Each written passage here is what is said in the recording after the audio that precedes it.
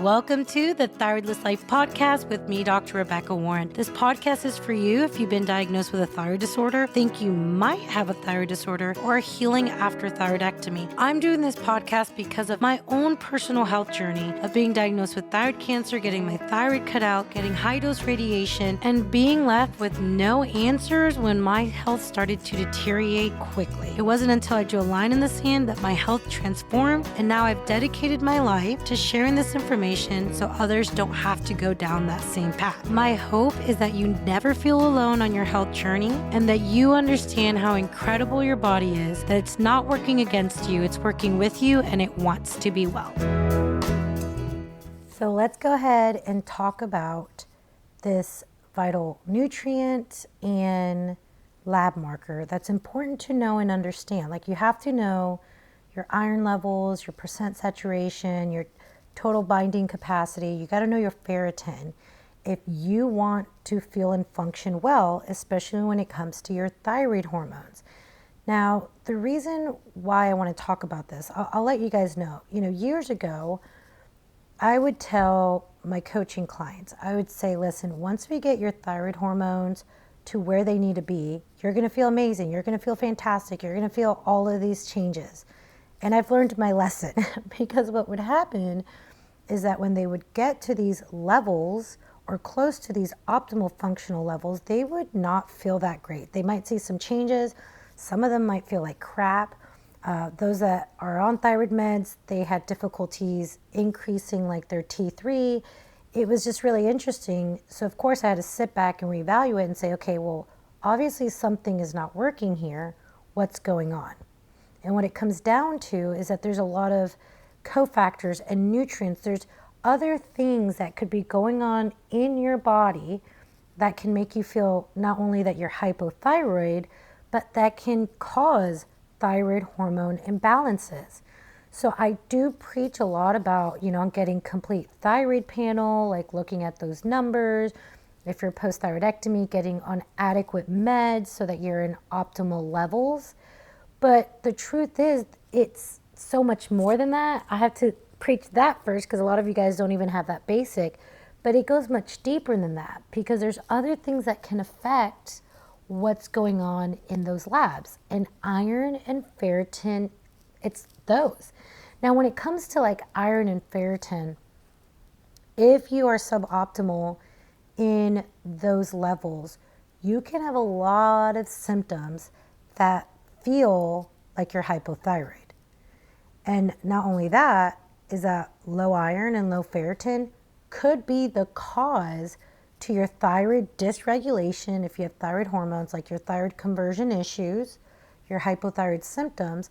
It could also be the cause as to why you are not doing well on T4 only medication. It could be the reason why you're not finding a good balance with your NDT, like your natural desiccated thyroid meds, looking at these iron. But let's talk about some of the symptoms of iron deficiency.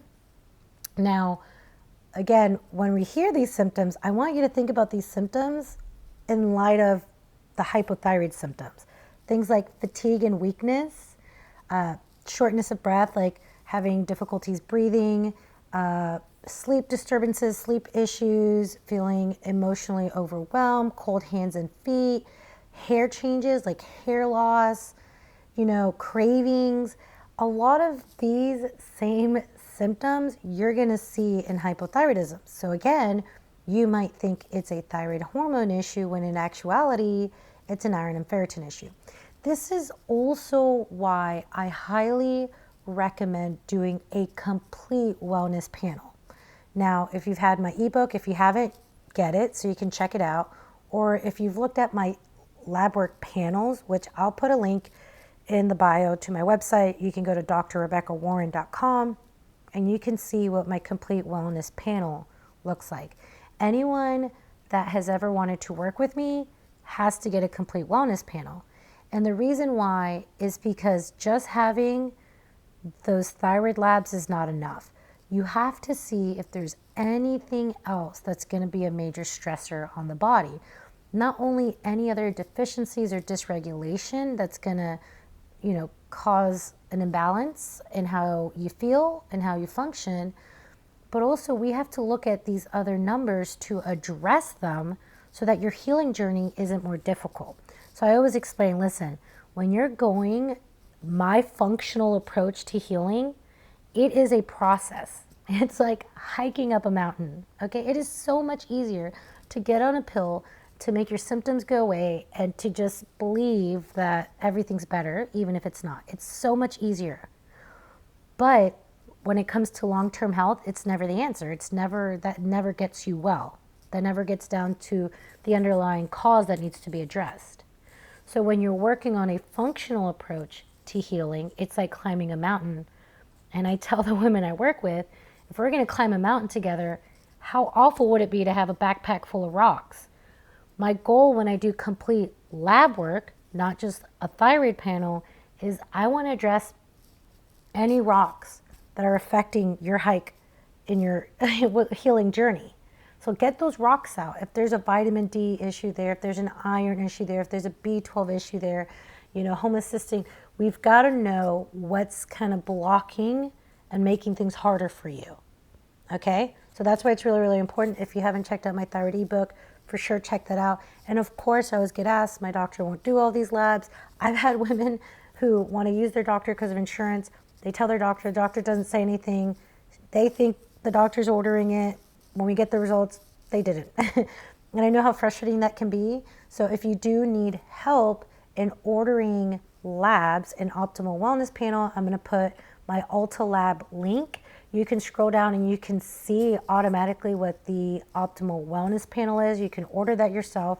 You can get the results straight to yourself, or you can just order anything that you're missing. So if you haven't had vitamin D checked, if you haven't had these iron and ferritin checked together, you can do that yourself. That is always an option. So going back to the iron and ferritin conversation, now iron is important in making red blood cells, but very, very important because it carries oxygen throughout the body. Okay, now that's iron. And then there's ferritin. Ferritin is a protein that stores that iron, right? Serum ferritin is really important because if you have adequate levels of iron, you will store enough of ferritin. Now, the interesting thing is that I see over and over again that doctors will either choose one or the other. Most often they'll just test ferritin because they're like, well, if you have enough iron, then okay, then your ferritin's fine, but if ferritin is low, then, they make assumptions by going off of one test. But why assume when you can test it and it's not that much? Like, do the testing, do what you need to do. So let's go ahead into iron and ferritin. So iron is what's in circulation, what your body's utilizing. Now, ferritin is what's stored. Let's talk about how iron influences thyroid hormones, because that's what you guys are listening to this because you want to know how this is connected. You want to know how to test it, and you want to know how to fix it. And I'm going to give you all of that. So let's talk about iron. So thyroid peroxidase is an enzyme that's going to convert T4 to T3. And thyroid peroxidase is hemi-dependent. It's dependent on iron. Having adequate iron allows you to have enough thyroid peroxidase, which will allow you to convert T4 to T3. Why is this important? Is because T3 is the active hormone. I have a lot of women that come in and the only issue they're having is that their T3 is low or their reverse T3 is high. And they're like, oh, what do I do with this? Iron can be a big factor to that. Or how about people that have had their thyroid removed and utilizing medication long term that need to be on medication? What if you're on a T4 only? There's so many people, and that's a whole other conversation because I think you should have the option to use T4, T3 combo. But there's a lot of people that didn't do well on T4 because they're not converting it. Even if you're on NDT, you still want to have good conversion, and iron can affect that. Now, it also affects your body's ability to utilize iron in the production of thyroid hormones. So we're not only looking at T3 levels that it can affect, but it can also affect T4 production, okay? So for those of you guys that have a thyroid, it affects your body's ability to make T4. Now, ferritin is needed to transport T3 into where it needs to go within the cell to make you feel good. So now we're also looking at transportation, we're looking at conversion, we're looking at creation, we're looking at transportation. We've also seen through studies that looking at ferritin levels, like where you're at with your ferritin levels, can cause an increase of reverse T3, which blocks and competes with your cellular receptors for free T3. Now, I want to say this about ferritin, because what we know through studies is that ferritin is an acute phase reactant, and it is a marker of inflammation, whether it's acute or chronic. So not only is ferritin a marker for that, but so can reverse T3 be. Those are two tests. They're not going to tell you what's causing the inflammation, but when you're looking at an increase of reverse T3, when you're looking at an increase of ferritin, those are two markers you can look at and think, oh my gosh, there's inflammation. Our body is trying to protect us. Our body is so intelligent. How does that work? We know with infections, we know with inflammation, your body wants to take iron out of circulation in order to protect itself, in order to not feed inflammation and in order to not feed, these infections that are going on. So you'll see an increase of storage of ferritin. But that ferritin levels will also affect your reverse T3. If you start to see reverse T3 start to increase, you have to start thinking, oh, we're getting into survival mode. And so having that reverse T3 that goes higher, remember, that's going to compete with free T3 because they look alike. So they will bind to the same cell receptors, but reverse T3 does not give you the good feelings of free T3. I always give the example, it's like a key. If you have similar keys, one key can fit into the keyhole and it'll go in, but you can't turn it. It's not letting you into your home. Same thing with free T3 and reverse T3. Reverse T3 will bind, but it's not going to start the amazing cascade of things that allow you to feel and function well when you have adequate free T3. Now, low iron also can affect your binding ability of free T3. So look at it. I mean, you're hitting it from all these different areas, and that's really important to understand why you're testing iron and ferritin, why you're understanding those numbers, and why you need to address it. Another thing I want to talk about that tends to be a really big concern for the women that I work with is hair loss and hair changes. And iron deficiency can be a significant cause for that. Now, there are other things, like if you're low on calories, if you have androgenic issues, like with your sex hormones, that can be an issue. But through the years, I have found that getting iron and ferritin to adequate levels can influence your hair growth and your hair falling out. Our hair follicles, those cells are very sensitive to iron. And when you don't have enough iron, it can stunt the growth of hair and contribute to hair loss. And let me go ahead and tell you this, when we're looking at ferritin levels, now ferritin can range between like 20 to 200, depending on your lab range, but we know in studies that getting to levels below 40 in ferritin, which I see a lot, I see a lot of that, getting to levels under a 40 will start contributing to hair loss. So that is before you even get out of medical ranges, you can start to see hair loss and hair changes because of your iron and ferritin. We can also see in studies that if we want to reverse these changes, like if we want to increase that hair growth after you had that hair loss because of iron and ferritin, that you might have to hit levels 70 to 100 or above with ferritin and maintain that in order to reverse those changes. So understanding, again, like what is going on with my iron and ferritin is going to be really, really important for multiple symptoms that you might think are thyroid hormone related. Now, before I go into like the labs that you should be getting, let me say this first. I have a ebook recap for this episode. I'm going to give you my favorite type of ways to increase iron. I'm going to tell you my favorite supplements. I will give you access to my iron protocol. And if you want that, go to my website. I'll put a link in the bio again, drrebeccawarren.com. You'll see it right at the top where you can sign up to get that sent to your email. So if you want to recap to this, if you want to kind of like a Spark Notes version, you can get that by going to my website. Now, going back to what I was saying, let's talk about this like iron and ferritin just relationship. Because like I said, iron is in circulation, ferritin is stored. But what you have to look at what's going on with both numbers to figure out where you're at with what's going on. Because let me give you an example. If you're looking at iron and your iron, ranges can go up to 170, right? And your iron is like 100, I've had 140 show up for women. I tend to see this scenario I'm about to explain to you with iron that's a little bit higher on the range. But you're looking at this iron number and you're like, wow, this looks great. My iron looks good. But if we were to look at ferritin, it is really low. It's depleted. And when I say low is even low on the medical range. Remember, functional is not waiting till you're out of medical range. Functional ranges is looking at your trends. We want to make sure we address it ahead of time before you crash and burn, right? So I'm looking at ferritin in a 40 or 30 or 20, right? If you see these iron levels that look good or higher on the range and these ferritin levels are low, that can be a red flag that you have anemia. You have iron deficiency.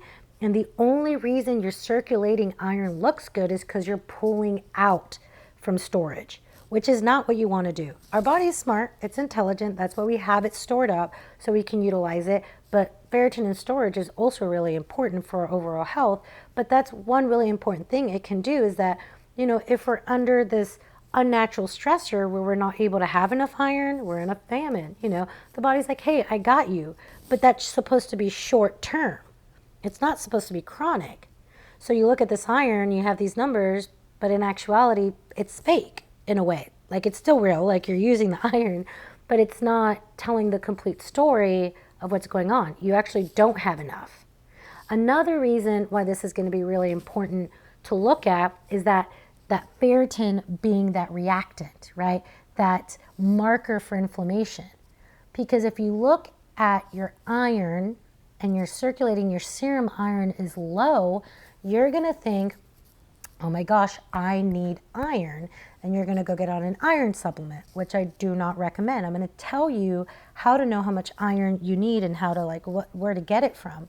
But when we're looking at iron in circulation and it's low, what's going on with ferritin? Is ferritin low too? So if ferritin is low and iron is low, yes, okay, there's a deficiency there, there's anemia there, right?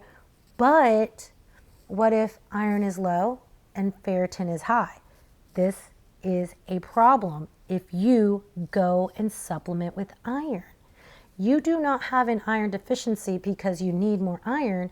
You have an iron deficiency because your body is storing up, removing iron out of circulation and putting it in storage as a protective mechanism. So what happens if you go and start supplementing with iron? That's dangerous. You can take too much iron. And if your body is storing it up and that ferritin is going up and up and up, that's going to be a problem. Why is ferritin going to go up and up and up? Because there's an underlying trigger to inflammation, whether it's an infection, whether injury, there's something there that has to be addressed. That's why I have had a few lab tests in the last 10 years, just a few, where ferritin has been ridiculously high. We're talking about 300, 400, that's very, very high. And that's a big red flag of a body that's inflamed and dealing with a major, major stressor. So you want to look at what your ferritin levels are as well in order to determine what steps you need to do to address what's going on with your iron. Now, what are some things that can cause iron deficiency? There are the common things women that are older, 70, 80, can have some issues with kind of absorbing iron from the foods that they're eating. Some of the common things that I see is there a heavy menstrual flow? And that's why for women, I like to check their iron levels when they're not menstruating. And sometimes if they're low, when they're not menstruating, I'll check it when they are menstruating. And I will modify iron support according to what's going on off of their cycle, off of their period and on their period, okay? So it's really important, when did you get your lab work done? Were you on your period or were you not on your period? But heavy menstrual bleeding can cause some issues with iron and ferritin. The presence of fibroids can cause some issues with that. Underlying gut issues like bacterial overgrowth, bacterial insufficiency, your ability to absorb iron from the foods that you eat can cause that. Now, this is the one thing that stinks about being hypothyroid. And remember, I don't just say hypothyroid just because you're out of medical ranges. Like if you have an active free T3 that's on the low end of the range, this can also apply to you.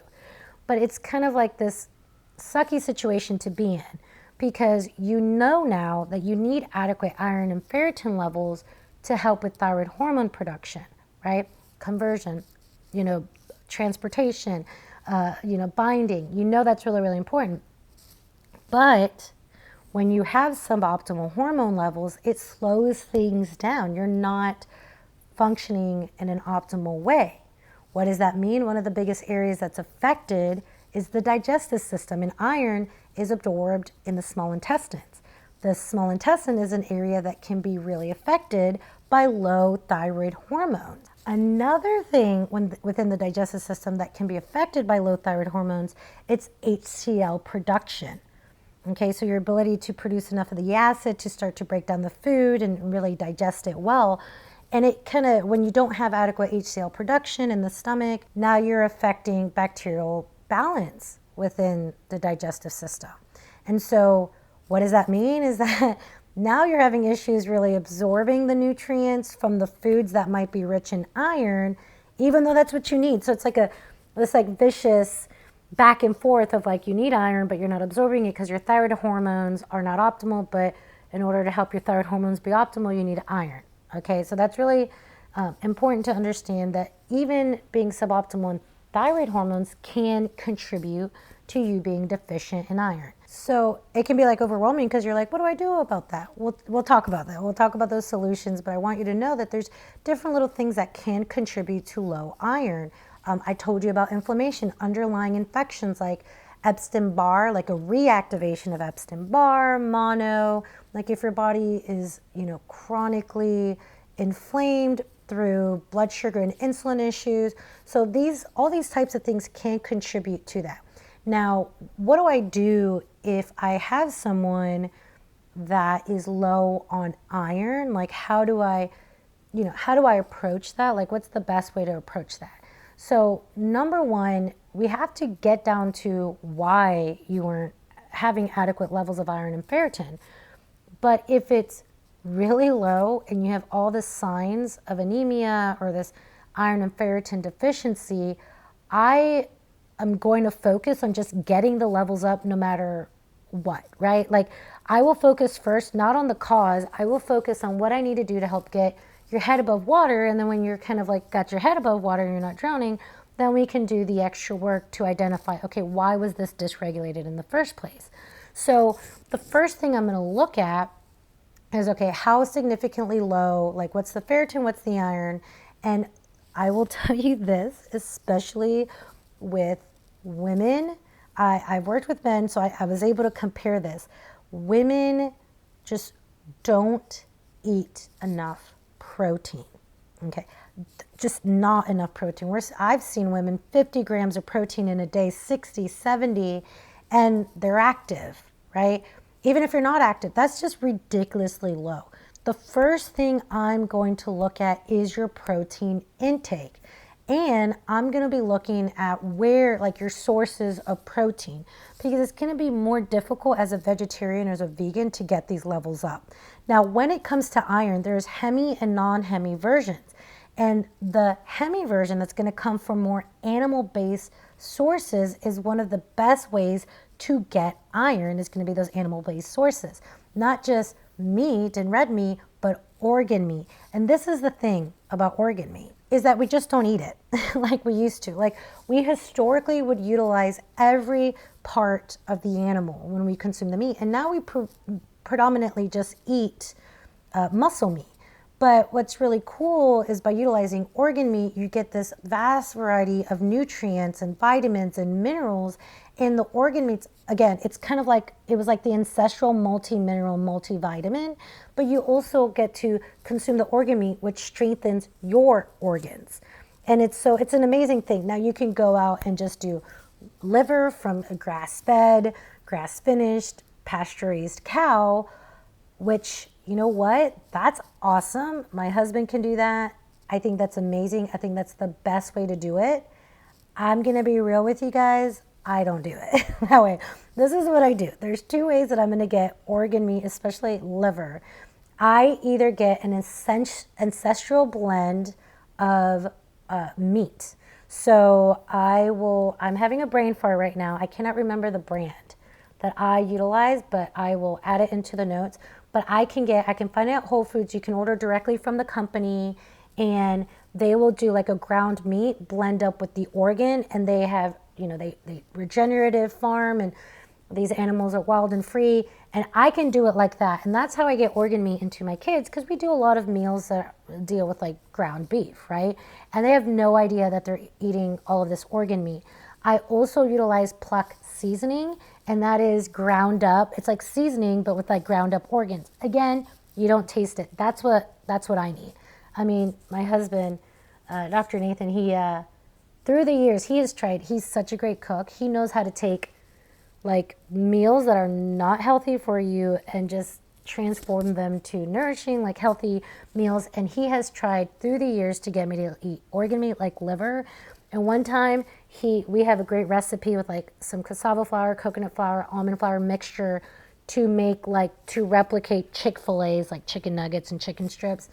And he tried doing it with liver, and he's like eating it. He's like, see, I told you can't even taste it. I took one bite. I'm like, I can absolutely taste this. And a lot of you guys can do it. You guys can do the liver pate and the liver mousse, and that's amazing, but not me. So I like to utilize the Plex seasoning. I like to utilize ancestral blends of meat as much as I can. And then there's the option to utilize glandular supplements, which I like. Like if someone's like saying to me, like, I want a multivitamin, like I want something throughout pregnancy or something postpartum, like every new mom that I kind of give a present to, not just new moms, but even when women miscarry, I give them a multi-organ supplement. And every woman I've given it to that has utilized the multi-organ supplement feels a difference on it, because they just get an incredible boost of nutrients, and it's very, very big on blood building. So I do love doing that. And again, if you sign up for my iron superbook, whatever I'm going to call it, I will send you my favorite supplements in regards to that, because they're not all made the same. And I'm not going to talk about one brand that I used to utilize for years with women, and then I started noticing that something had changed. It's a really popular brand. I'm not going to talk about it. And I just wasn't seeing the same results on labs. So I've switched up. I have ones that I love, and I can share that with you guys. So I want to start more with like your nutrient. And plus, like, if your iron and ferritin isn't optimal because of protein intake, that's not just going to affect your iron and ferritin. You look at your B12 levels, right? B12, B9, those are all going to go together with iron. And if your B12 is not in the upper quadrant of the range, I mean, that's going to be really important to get up as well. We're going to go into B vitamins on a separate episode. That's important to look at. But not only that, that if you are deficient because of your low protein intake, protein is essential because of the essential amino acids. You need these amino acids to build lean muscle, to make your brain, be well, mentally well, your body be well, to detox. Like, these essential amino acids are necessary. And the only way you can get them is through consuming it. So that's the first place you've got to look at, is like, what is my protein intake, and am I, diversifying my protein? And again, those red meat sources are going to be a great source of that. Okay. And you're like, Dr. Rebecca, I'm a veggie, vegan or whatever. You know what? That's when you can supplement, and I'll talk about that here in a second. But another way to increase iron is increasing your vitamin C levels and magnesium levels, because that will help a lot with the absorption and utilization of iron. I will also share my favorite magnesium, because I'm going to do a whole episode on magnesium, so keep an eye out on that.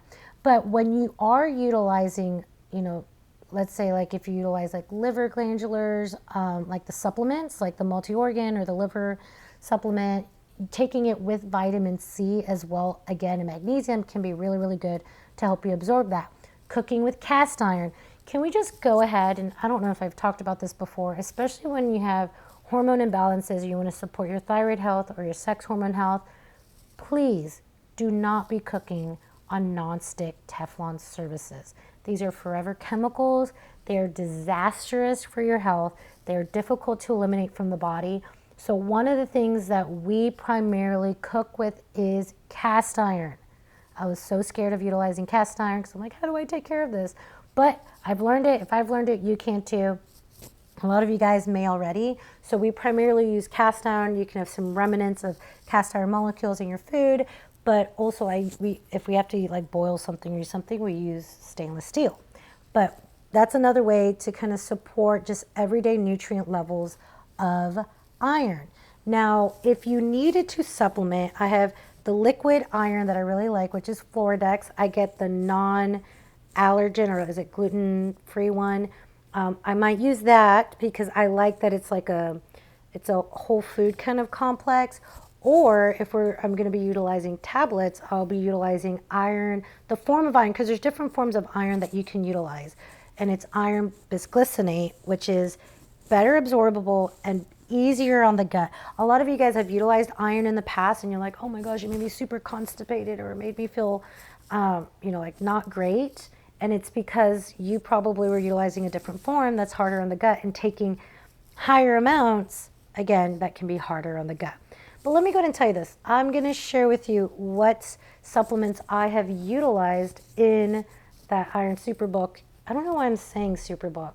I haven't named it anything, but I'm not going to name it Superbook, so I need to stop calling it that. But the Iron Recap, all right? I'm going to share what I like on there. But one thing I need you to understand, again, I cannot tell you how much iron you need, okay? And it is possible to take too little iron where you're not seeing significant enough changes, and it is absolutely possible to take too much iron, or to take too much iron and you're not absorbing it or taking it into the cell, like because you have some vitamin C deficiency, you have some magnesium deficiency, right? I do not recommend just going out and just taking on it. Start taking the supplement, just getting on it. What's really important, this is how the process goes when I do this, okay? The first step I'm going to look is I'm going to do the blood work. I'm going to see what's going on. I'm going to see how significant the deficiencies are. And then I'm going to start on a low dose of the iron if you need the iron supplementation. I'm going to add in those cofactors. I usually love, in my shop, there's something like a powdered adrenal cocktail. Amazing. It's beautiful. Women love it. They feel energized on it. So I like to do a double whammy of getting that high dose vitamin C in there to help with iron absorption, but I also like to support those adrenals. It's great. But what I'll do is I will start low, and then I will allow you to go about 4 weeks, or the women that I'm working with go with 4 weeks, and then we retest. You have to be off of the iron. I have them come off the iron for a few days, and then I retest, and then I look at what happened on that amount. And from there, I tweak it according to what their body needs. Because if we're also increasing protein, a lot of times they don't need a lot of supplementation with the iron. They just need kind of some support until we can get more optimal with our digestion and our gut health. And then they stay on that for about 90 days, and then we retest to look at that kind of overall baseline of where they got to. You've got to be on it long term to see that iron and ferritin respond to the supplementation. There have been a few women that, due to things like fibroids or bleeding in the digestive system, that I have had to refer out for iron infusions. I do not recommend it unless you have a significant enough deficiency. I'm talking about, I have seen ferritin in the teens and iron in the 20s going into the teens. And in those situations, seeing a medical practitioner, because it's a complicated process of getting iron and getting it infused, which is why you do it in a medical setting. So I have referred out for individuals that have needed that when it's been significant. So If you're like, I would like to take control of this, you can literally, once you get that ebook, you can, if you see that you need it, you can do it. You can retest yourself and see what those levels look like. If not, you could also join my Thyroid Inner Circle waitlist. The doors are closed right now, but once that opens up again, I'll let you know if you're on the wait list, and you can join our group. And this is kind of the stuff that we go through and troubleshoot together. But another thing is that if you're going to utilize iron supplementation, you want to make sure if you have thyroid meds, it has to be 4 hours away from your meds, okay? They can affect your thyroid med absorption. So you want to make sure you don't put those near each other. Now, this is going to be an important one. I can't believe I haven't touched on this yet. Let's talk about the actual labs and lab values that you're looking for when you're looking at iron. Okay, so when you do the iron panel, there's going to be serum iron, TIBC, percent saturation, and UIBC. So when I'm looking at labs, I'm really focusing on that serum iron, that TIBC, and that percent saturation. Now, you also have to add on to their ferritin, because that's just not going to automatically come with that iron, quote unquote, iron panel. So when we're looking at the iron, this represents like what's in your blood. And I tend to want to see women with circulating iron 90 to 115, around that range. And I'm also going to take into consideration if you're menstruating, right? Like, are you menstruating? How low does that go when you're menstruating? How much blood are we losing there? So that's kind of around where we're looking at serum iron. Now, TIBC is your total binding capacity for iron, okay? So what does that mean is you have the ability to bind up iron, right? Like, really, how many empty seats do you have? That's what it's, in a way, looking at.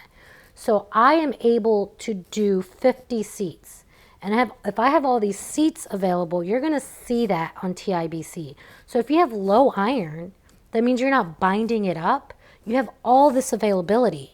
So a TIBC that's on the high end of the range is telling me you are not binding up iron. There can also be an issue with this protein called transferrin that's made in the liver. Now, if you're having liver issues, sluggish liver, and conversion issues, because that can also point to there being a liver issue, you can have an issue with producing transferrin, which is going to be, that protein that's going to help, move iron around. So TIBC that's too high, we're looking at, okay, there's not enough iron. TIBC that's too low, then maybe there's an issue with the production of transferrin. Maybe there's something going on with the liver. And where I want to see optimally TIBC is in the 300s, between 320 to the 350. I like to kind of see it around there. We know you're binding it up. We know you have it available to utilize. No issues there with transferrin. And so that's really important. Now, percent saturation, this is the ratio of iron versus TIBC. So what's bound up, what is readily available. So now we looked at iron, we looked at TIBC. Now the percent saturation looks at, okay, we have some of this iron, how much of it is bound up, and it's going to give you a percentage. And again, I'm looking at that percentage between 35 to 38%. You want a good ratio there.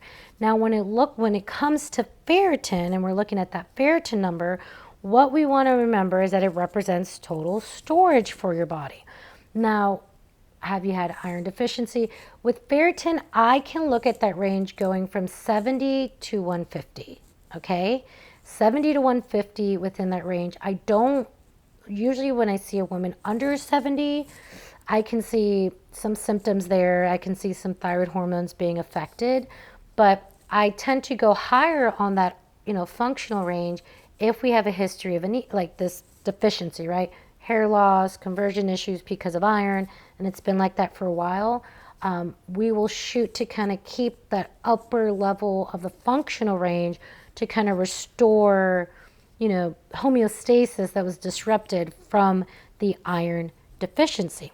So really important to kind of look at all of these numbers together, understand the trends. What was it before?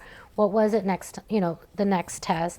And remember, like when it comes to iron, you want to track progress. Am I moving in the right direction? Am I doing the right things to see this change? Once you get those iron and ferritin levels optimal, then you should be able to see those thyroid changes, right? You can see that reverse T3 come down. We can see maybe some increase of T3, some TSH that's more normalized. And we can see like inflammatory numbers like C-reactive protein start to decrease and go within functional ranges. So this is it. This is what you've got to know about iron and ferritin in your body, the importance of it when it comes to your thyroid hormones. But I want to always clarify that when I talk about things important for your thyroid hormones, I need you to understand it's important for your entire body. I can go into iron and how it affects different cells or tissues and why it's important to have these adequate levels. But just know that when I do talk about the importance for thyroid hormones, it's an importance for overall balance, healing, and function in your body. Make sure to sign up for not my iron superbook, my iron ebook, so that you can get this sent straight to your email. The protocols, the supplements I enjoy, you can order it straight there if you'd like. Any lab testing you need, you can get that ordered. Just make sure that you're looking at your body as a whole, even though you're trying to find out thyroid hormone issues. Look at your body as a whole so you can know the best way to support it so it can do what it's created to do, which is heal. If you've enjoyed today's episode, please make sure to leave a 5-star review. I love being able to see and read how this information is helping you on your health journey. And make sure to subscribe to the podcast. That way, when new episodes are live, you can have it automatically downloaded to wherever you listen to your podcast. The number one question I get asked is, how do I work with you? If you are interested in finding out more information about me and being a part of my community, go to my website, drrebeccawarren.com. That's dr.rebeccawarren.com. And you should be able to find the answer to your questions there, as well as checking out my Thyroid Inner Circle membership group, getting access to the free Thyroid Labs ebook that I have available for you, and so much more great information.